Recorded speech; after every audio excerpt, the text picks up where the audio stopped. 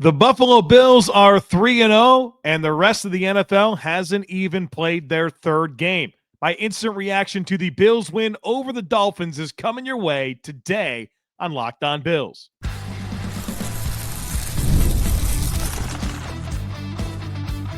You are Locked On Bills, your daily Buffalo Bills podcast. Part of the Locked On Podcast Network, your team every day. What's up, Bills Mafia? It's Joe Marino, author of the Herd Mentality Substack, co-host of the Locked On NFL Scouting Podcast, co-host of the NFL First Read Podcast, and I'm your host of Locked On Bills. Want to thank you for making Locked On Bills your first listen every day, and a big welcome and shout out to our everydayers. You know who you are. Those of you who never miss a single episode, I appreciate y'all being here very, very much. Locked On Bills is a proud part of the Locked On Podcast Network, your team every day. Today's episode is brought to you by FanDuel. Right now, new customers can bet just $5, and if your bet wins, you'll get $300 in bonus bets to use across the app. Happy Victory Friday to you. The Buffalo Bills defeated the Miami Dolphins 31-21 and improved to 3-0 on the season. It was a hard-fought win. The Dolphins didn't come to town and roll over. The Bills had to earn it. It was really pretty at times, and at other times it was not. But the Bills made the Dolphins pay for some critical mistakes and came away with a 10-point win. 3-0. It's a good spot to be, folks. So we'll do what we do here on these post-game reaction shows. I'll give you the things that I liked. We'll talk about the things that I didn't like. And we'll touch on what's next for the Bills and this podcast. When it comes to things that I liked, I'd like to begin with Josh Allen. 22 of 28, 213 yards, 3 passing touchdowns. Had 4 runs for 25 yards. I thought he was so sharp mentally in this game. And I thought he did a masterful job of taking what the defense gave him. I think there's going to be some frustrations out there that maybe the Bills' passing game wasn't more aggressive down the field, or that they couldn't really take advantage of a very underwhelming Dolphins secondary. But I thought Josh Allen was masterful when it came to the mental side of this game. Early on, there was some opportunities, and I thought the Bills did well to take advantage of some opportunities, but eventually the Dolphins just played soft shell zone defense, right? Like a lot of cover 2, maybe a good amount of cover 4. Point being is flooding zones, keeping a roof on top of the defense, and taking away big play opportunities down the field. And I thought Josh did a wonderful job of taking what the defense gave him, not forcing anything, staying patient, being mature. And you're watching this game play out, and if you're aware of how Miami's spacing the field and how they're playing defense, you know that the Bills would need a yards after catch play to move the ball and get the points that they needed to get out of that game with a win. And whether it was the catch and run by Dalton Kincaid, a couple of catch and runs by Dalton Kincaid, or, of course, the Khalil Shakir touchdown late to put the Bills ahead, they knew what they needed to get done. And then when Josh was needing a big completion, more down the field, thought he did a very good job of moving within the pocket, keeping his eyes down the field, and then letting guys declare themselves available in zone and taking the pitch and catch opportunities like you saw with the Elijah Moore completion late in the game. So, yeah, maybe you thought that Josh Allen would throw the ball for 1,000,000 yards and 1,000,000 touchdowns against the Dolphins because their defense is no good. And in some ways, that's absolutely true. But looking at how Miami played this game, I thought that Josh was really mature and made good decisions with the football. And obviously, you're talking about a Bills offense that scored 31 points and won the game by 10. I think he did the smart right thing and didn't do anything on his behalf that put Miami in a position where they could capitalize off of a Bills mistake. It was the exact opposite. The Bills capitalized off of Dolphins mistakes. 3 really fun touchdowns. The first one to Dalton Kincaid looks like Josh was able to step up in the pocket and hit Dalton in the honey hole in a cover 2 look. Nice catch and run. Heck of a play by Josh and Dalton Kincaid. Then you get the Jackson Hawes flick, right? Josh Allen gets outside of structure to the left, and he's kind of got an opportunity to either run it in or flick it. And Rasul Douglas, I think, was the outside corner, kind of stays over top of Josh, and that opens a window for Josh to flick it for Jackson Hawes' first ever touchdown, which was a cool play. And then late in the game, you get the Khalil Shakir touchdown that, I don't know that was a high degree of difficulty throw for Josh Allen, but understanding the circumstance, getting the ball into the hands of your best yards after catch player when you know that's what you're going to need based on the defense that was presented to you. Shakir with the big catch and run, and, hat tip to Dalton Kincaid and Tyrell Shavers for some big blocks on that scoring play. So Josh, 3 touchdowns, 213 yards passing, 25 yards rushing. Very efficient game. Very efficient game. I thought it was the type of game he needed to play under those circumstances. Dalton Kincaid continues to show up, 5 catches on 6 targets for 66 yards and a touchdown. And he could have had 3 touchdowns in this game. You would love for him to, it was only 1 target that he didn't get a catch on.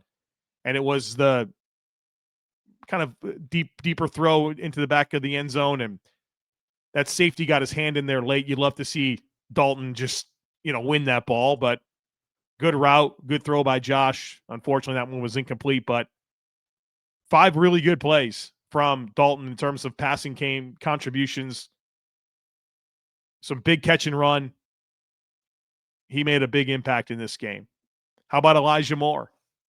Had 1 rush for 11 yards, 2 catches for 30 yards, and it was all very timely, just like it was last week for Elijah Moore. Had his catch, it was 2nd and 16 there at the end of the game. He had the huge catch, finding a spot in zone, becoming available. Josh climbs, gets him the football, catch and run, and get a first down. I mean, you're behind the sticks, 2nd and 16. You needed a first down, get out of there with a win, and Elijah Moore was a big part of that. He's been extremely clutch. It's funny. I mean, Elijah Moore has become the player you thought Curtis Samuel was going to become. And obviously the Bills will need to sort that piece out at some point, but it's nice to see him carving out a role and it being meaningful. Even Tyrell Shavers with a couple of catches in this game that resulted in first downs. Khalil Shakir, 4 catches, 45 yards, and a touchdown. The go-ahead touchdown that the Bills needed late in the game. It's good to see that, right? See him make some clutch plays and do his yards after the catch thing. How about James Cook? 19 rushes, 108 yards, and a touchdown, 3 catches in this game. Over 100 yards from scrimmage all 3 games so far this year. Back-to-back 100-yard rushing performances, 4 touchdowns on the year. The guy just produces week after week after week after week after week after week, right? And the touchdowns, it's just unbelievable. You kind of looked at the splits of his career and, percentage of carries, team carries inside the goal, the 5 or whatever it is. And like, it doesn't tell a story that leads to the touchdown production that James Cook is getting, but he is continuing to produce and continuing to prove Brandon Beane right for signing him to that deal. And it looks like right now he's on pace for like almost 350 touches this year. We'll see how that stabilizes or how it doesn't stabilize, but James Cook's obviously been a huge part of this offense, and he's been highly productive all 3 games to start the year. He's a star. He's a star running back. There's just no way around it. The guy's a star running back. Shout out to the tight ends. The blocking that those tight ends give this football team is really, really cool. And that 13 and 12 personnel packages that the Bills have, the 2 and 3 tight end stuff where they can run the ball, it's a lot to deal with. Think about all those extra gaps that defenses have to deal with. You have good blockers. You have a good back in Cook. You have Josh Allen and the threat of Josh Allen as a runner. There's just a lot of stress that this team can put on a defense and them stopping the run. And James Cook's feasting, and, James Cook's, he's not just feasting off of good blocking. I mean, the guy is making plays, right? Yards after contact is there. I'm continuing to be blown away by the overall arc of James Cook from, shaky pass catching back as a rookie to focal point of one of the league's best rushing offenses and one of the most dynamic zone runners, one of the best between the tackle runners, smaller back that runs bigger with physicality. He's a dude. He is a dude.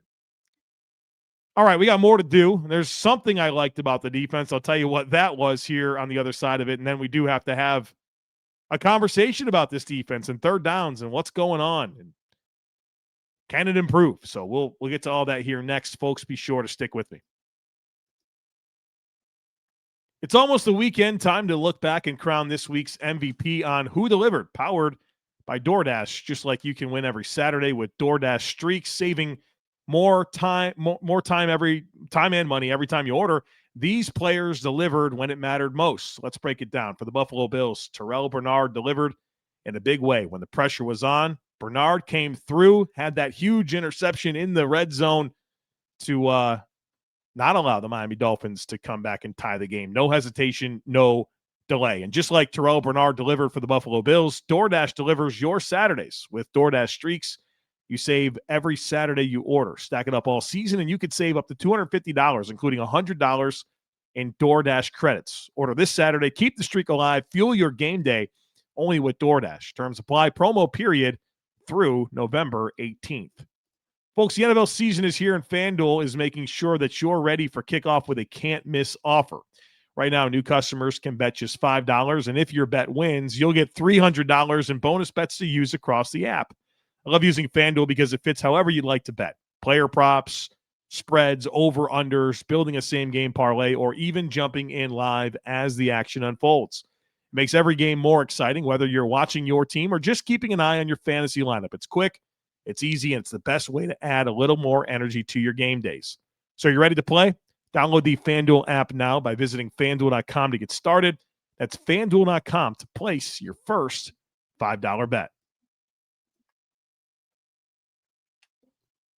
All right, folks, Victory Friday here on Locked On Bills. Buffalo Bills knock off the Miami Dolphins 31-21 and improve to 3-0. We're still talking about things I liked, and we got through Josh Allen and Kincaid and Elijah Moore, Khalil Shakir, James Cook, the tight ends and the overall value that they bring to this offense. There is something good about the defense, and it's the play that Terrel Bernard made at the end of the game. Huge interception. I mean, the Bills needed some type of game-changing play defensively, and they got it from Terrel Bernard. 1st and 10, 3 minutes and 6 seconds left in the fourth quarter. The Dolphins have the ball at the 21-yard line. They're knocking on the door. The Bills are leading by 7, 21-28. And Terrel Bernard steps in front of that throw, picks off the pass, and pretty much ices the game. Of course, the Bills were able to get a first down and eventually a field goal. But the Bills were staring at a tie game, right? Like, I didn't feel like the Bills were going to stop them, and I was in fear that the Dolphins were going to go for 2. And you'll see how much time you have left. You don't know, right? Really good pressure on the play from Deon Walker. Got his hands up, maybe even got a little piece of the ball. I'm glad he didn't get too much of the ball, right? Because that thing went right to Terrel Bernard. But he presented, a big old body in front of Tua, had to throw around it. Terrel Bernard breaks in the ball, and the Bills get that huge takeaway that they just seem to always get. You wonder how sustainable it is, but it keeps happening. They find a way to make that one big play defensively. And I thought Terrell had a good game overall. I mean, obviously that's the game-changing play, but he had another big pass breakup. He had a big tackle for loss, had some really good run fills. I thought he showed up. And I thought he showed up in a game where the defensive tackles were an absolute mess. Absolute mess. In particular, they were bad against the run and pass. I can't tell you how many times you're watching these plays and defensive tackles are getting washed out of gaps, displaced left and right. No interior pass rush whatsoever. That's hard for your middle linebacker to make a lot of plays when that's going on in front of him, but credit to Terrel Bernard, he was able to get that done. Defense found a way to get that takeaway. They just always do. So let's now transition into things I didn't like. And generally, and we'll get more specific, but generally what really frustrated me watching this game was that the Bills could never blow the game open, right? It felt like they were close. They were close to getting that multi-score lead, and they eventually do at the end, but they squandered so many opportunities to make that a 2-score lead. And I go right to before the half. And you have this really bad sequence for the Bills where they're threatening to score, they stall out, they run the ball into a heavy box on 2nd and 8. They can't convert on 3rd down. You bring in Matt Prater for the field goal, and he misses it. And that was your chance to go up 2 scores. And instead, you give the ball back to Miami. They go on a 16-play, 71-yard drive where they convert multiple 3rd and longs. And not only do they even the game, but they took so much clock, you didn't even get another possession for Josh Allen, and you squander your double dip opportunity to get points before the half. And then, of course, you get the ball first in the second half, and you could really control the game script. So you talk about bad complementary football, a missed field goal. Well, it really goes before that. Your drive stalls out offensively into a missed field goal, into you can't get a stop, 16 plays, 71 yards, and then that means you can't get the ball back to your offense. That's the opposite of what you want to achieve when you understand complementary football is winning football. And then you come out of the half, you get the touchdown. Okay, cool. Back up by 7. And it's like, okay, if you can go up by 2 scores, you know things can get dicey for Miami. And then you have 4 possessions in a row, 2 by the Bills, 2 by the Dolphins, of punts. And so you got, what's frustrating is you did get the stops. You got them. Your defense stopped them. They punted twice in a row, and you couldn't complement that with points. You go 3 and out offensively and then 6 and out offensively. Like these were the moments you're like, the Bills are in control of this game, but they're not really leading by enough points for this to feel like they're really in control. Missed opportunities to control the game script. Now, eventually, Terrel Bernard makes that play, but game scripts are huge. Like, you want to make it easier on your defense? Have a lead. You want to make it easier on your offense? Have a lead. I mean, I'm not talking 1 score. You have multi-score lead. The Bills missed their opportunities to get that until the very end. And ultimately, let's be honest, the Bills needed some Dolphins mistakes. The Tua pick, Zach Sealer with the roughing the punter. That would have been 3 punts in a row. The Bills got bailed out. They wind up getting a touchdown later on, but they punted. They really did. Zach Sealer roughed the punter. You had 2 really costly illegal man down field penalties for Miami. So the Dolphins made some back-breaking mistakes. But I think that's just kind of the maturity of this Bills team, where they understand, like, we have dynamic potential, but ultimately we're just not going to beat ourselves, and we're going to invite you to beat yourself. And the Jets obliged. In some ways, the Ravens obliged. The Bills had to go get that one, but Dolphins fell right into it. You can invite teams to do that, and a lot of times they will. And I think that just speaks to the overall stress that is put on an opponent having to play against Josh Allen. They know it has to go a certain way. They know what Josh can do. And Josh has embraced, I'm not going to give you those mistakes. I'm not going to do it. And because you feel like you have to play your best football to beat this guy, a lot of times it works out for the Bills. They blended this dynamic playmaking ability as a team with not beating themselves. It's a really good formula. But ultimately, I mean, this 3rd down defense is just It is just frustrating. So frustrating. Because overall, I think you played pretty good defense. You held them to 21 points and 276 yards. The Bills are going to win, I don't know, probably every game that they do that. If they always limit their opponent to 21 points and 276 yards, the Bills are going to win just about every game. You can live with that.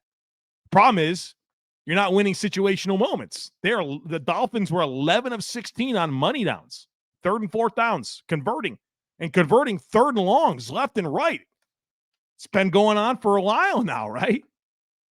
You knew last week's Jets 0 for 11 on third down. That was an absolute fluke. But that's also where game script matters.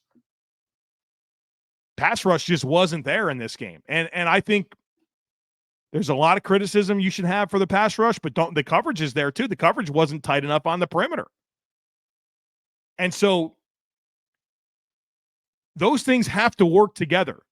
It's a lot to ask of Christian Benford and Trey White to be able to stay connected to Tyreek Hill and Jalen Waddle. The pass rush has to help them out. And the Bills kind of dared Tua to make some throws out towards the sideline, and because he had time and he's an accurate thrower and didn't have to, come off of his platform or, could play somewhat within rhythm, he's able to hit him. You can tell the Bills missed that Oliver. And I think it's fair to criticize Greg Rousseau. Like, where's the impact, dude? It's been 3 weeks. You've been quiet.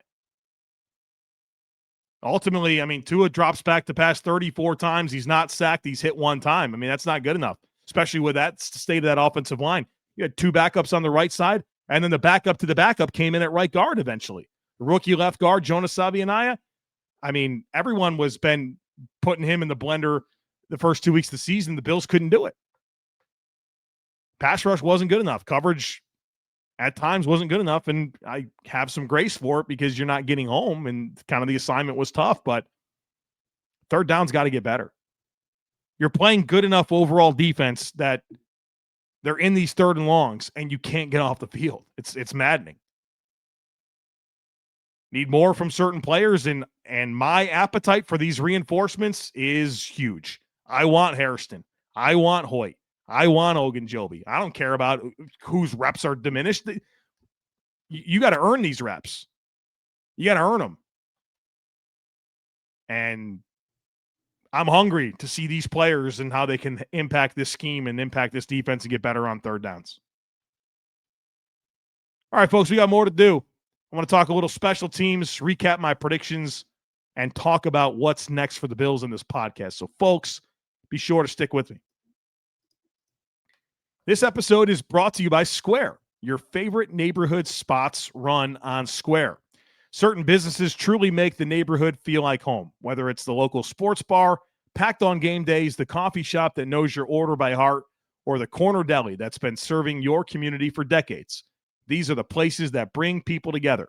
When neighborhood businesses thrive, the whole neighborhood thrives. Spending money there doesn't just support the businesses, it supports the people behind it and the community around it.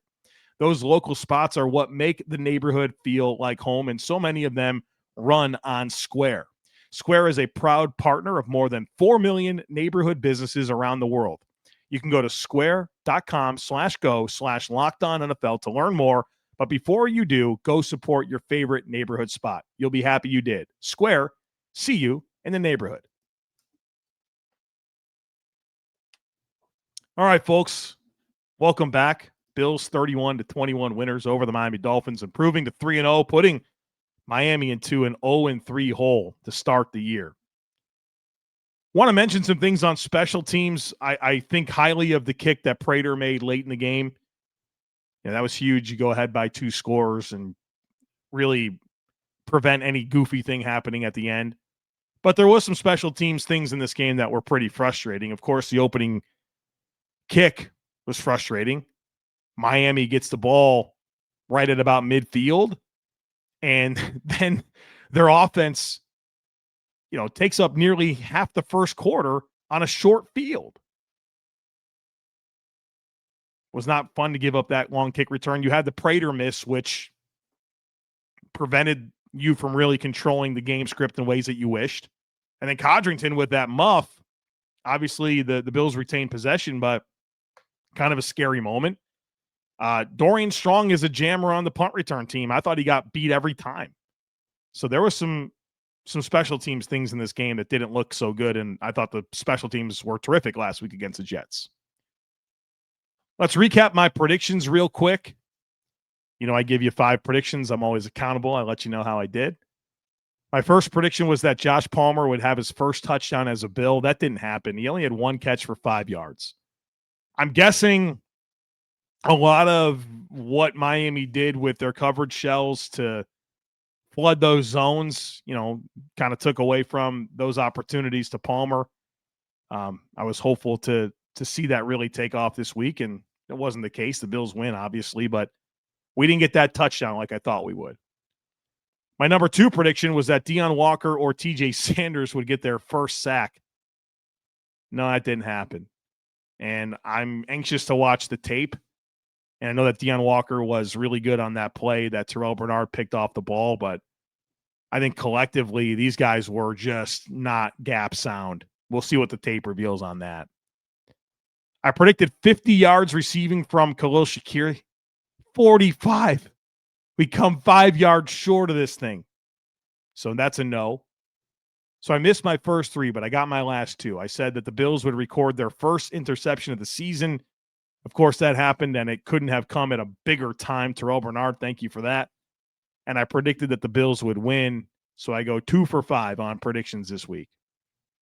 What's next for the Bills is a home game in week 4 against the Saints. And the Bills are on this stretch of games of 3 in a row at home. So this Dolphins game was the first, and they have the Saints, and it's the Patriots.